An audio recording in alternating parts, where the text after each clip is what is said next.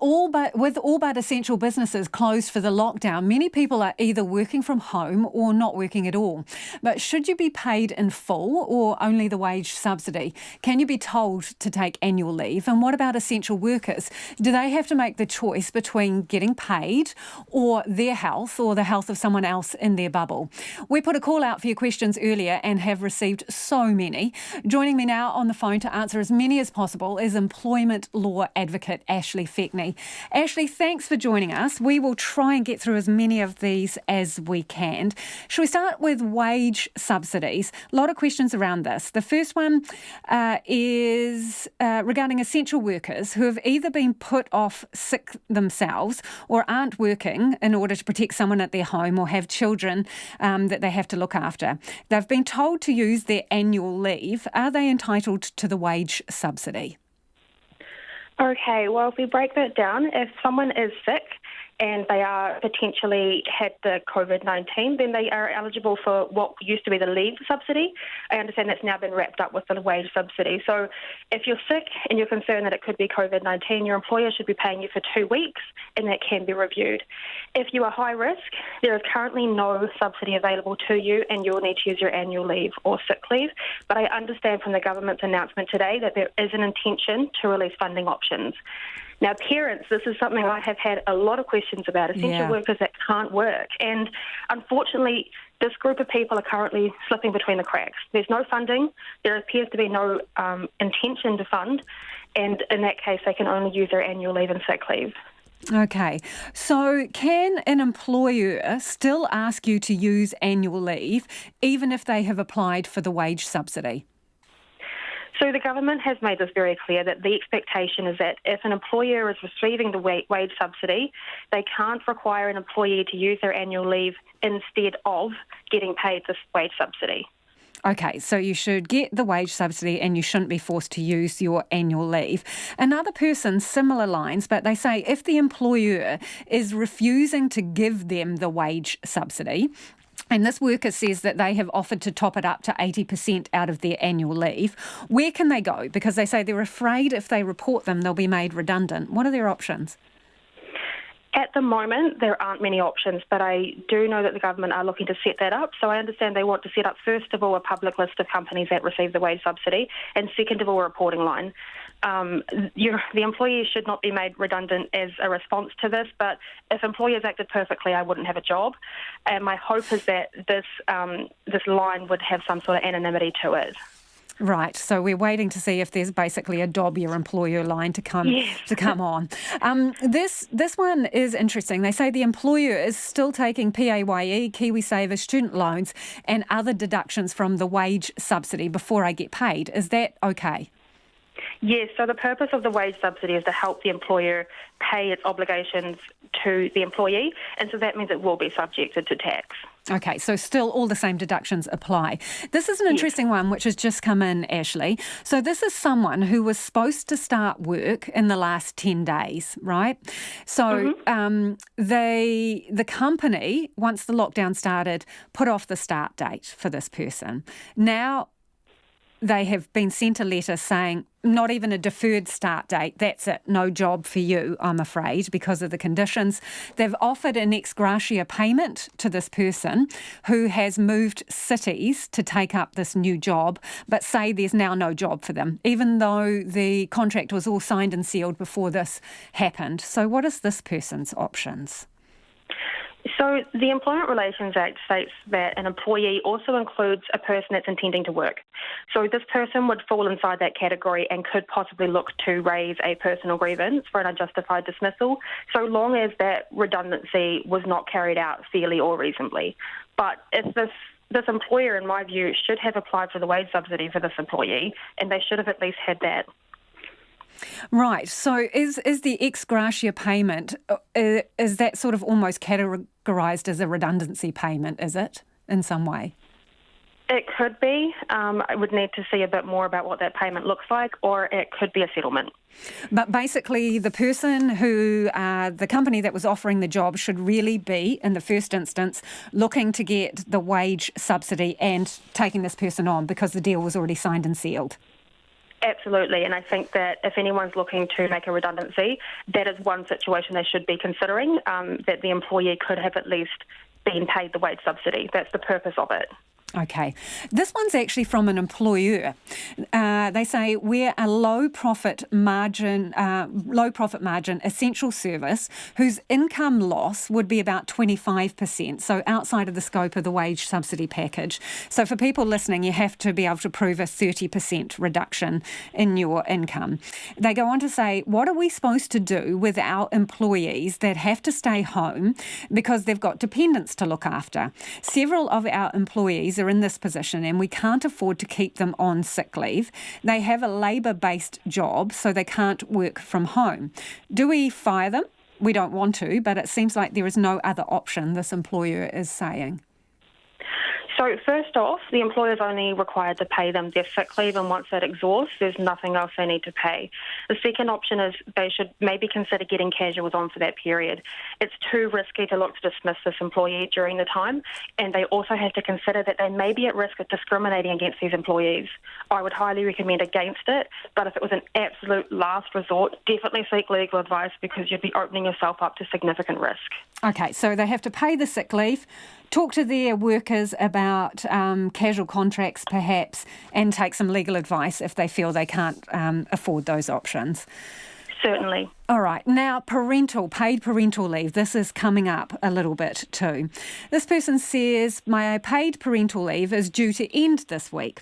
I had a meeting prior to the lockdown about starting back at work at the beginning of April, part-time, and asked if I would still get paid by work if we were to close. So do I still get paid from the 6th of April, this person is asking? Absolutely. There was an agreement for her to return to work on part-time and she should be paid for those hours. But I do recommend talking to her employer about it. They should have applied for the wage subsidy to be able to cover those hours that she can't work. Okay. And this is someone expecting in November to get paid parental leave. You have to work average 10 hours a week in 26 weeks before the birth. Not possible if the lockdown is extended, says this person. This is a really good point, actually. Will paid parental leave eligibility be adjusted for those not able to work enough to meet the criteria this year because of the lockdown? Yeah, absolutely. Really good point. And this one did stump me a little. There isn't any guidance at the moment through the government. But my view is that the only reason that the employee isn't working those hours is because they can't. And so my hope would be that how they interpret this is that the average is taken from the hours they would have worked rather than the hours they did work. Understood. So in the lead up when the lockdown wasn't on, what was your average working week? So average out the hours. This person says, how does annual leave entitlement work for an employee whilst the shutdown is ongoing? Are full-time employees still accruing the 3.08 hours annual leave per week, even on a government wage subsidy? So they're asking if, in simple terms, if I'm collecting a wage subsidy, am I also accruing my annual leave entitlement during this time? So I think this is a common misconception. You actually accrue your leave after you've been working there for 12 months.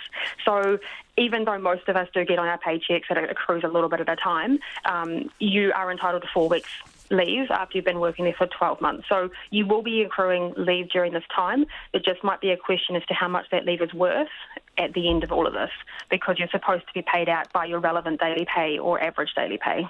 Right, and that may change significantly due to, obviously, the lockdown period.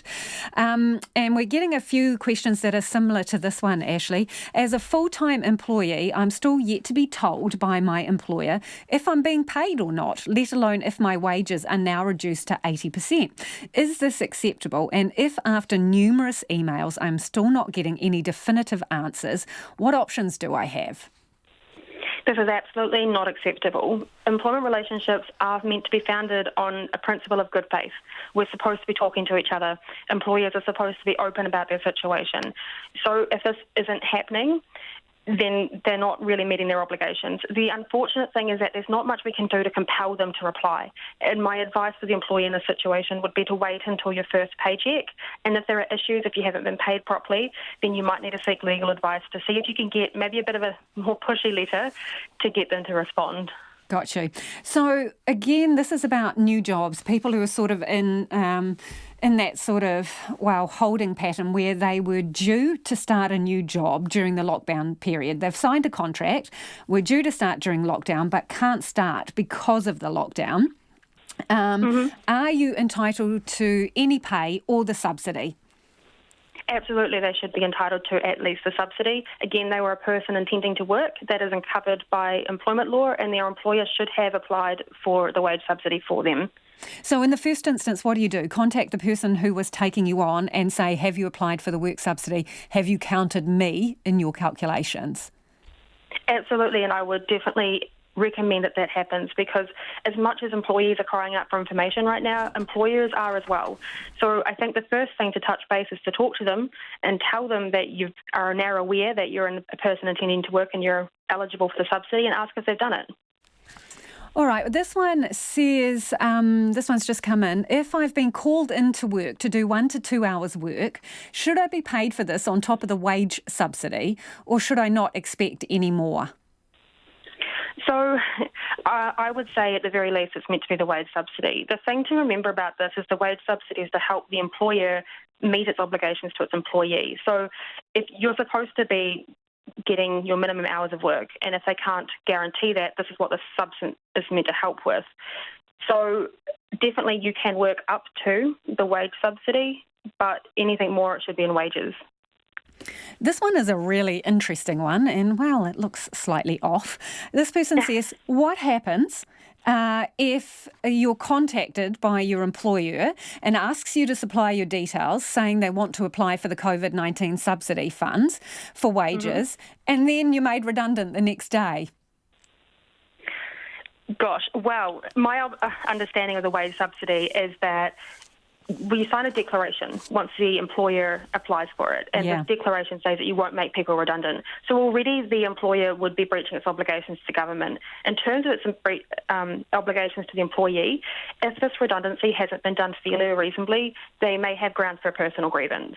Right, and also we should say that the Finance Minister, Grant Robertson, had said that signing a declaration and not following through is the equivalent of fraud, pure and simple. This next person says, I'm on a casual contract with one employer. I had regular work over the last 10 months. On March 20th, my employer cut my regular weekly shift with no clear explanation. Should they be applying for the subsidy based on the average hours I have worked until this point? Absolutely, and the Ministry of Social Development has allowed employers to apply for the wage subsidy for casual workers. So that worker, they should be getting at least the subsidy for their average hours of work. Okay. Another similar one. My son has been working for 3 weeks for a company on a casual basis, about 10 hours a week. He has been told that as he has not worked for 4 weeks, he is ineligible for the government subsidy. Is that right? I certainly haven't heard that caveat. Me neither. Yeah. Okay, so question mark that. Maybe they need to ask WINS or someone follow up with that who are administering the subsidy fund. My employer is only paying the $585.50 a week, despite asking us to continue working full-time from home. Are they allowed to do that, this person asks? Absolutely not. So the Wages Protection Act states that every employee must be paid for every hour they work. Now, if they're working full-time, and obviously that's going to be more than the $585, they should be paid that, their entire wage. So the company needs to top up their wage in order to meet their full-time hours. Could the employer say, actually, this is all we can afford, the wage subsidy, so we would like to discuss reducing your hours? Of course, employees and employers can always agree on something else, and that could be something that the employee wants to seriously consider. But if they simply can't afford it, another option could be to agree to work less hours so that it only covers that minimum wage subsidy. We'll squeeze this quick one in. What about if they apply for the subsidy, get it in a lump sum? Should they pass it on to the worker as a lump sum, or is it okay for them to spread it out to me week by week? It should be spread out with usual pay. Thank you so much, Ashleigh. We've got plenty of unanswered questions. Hopefully we'll be able to have you back. That is Ashleigh Fechney, who is an employment advocate.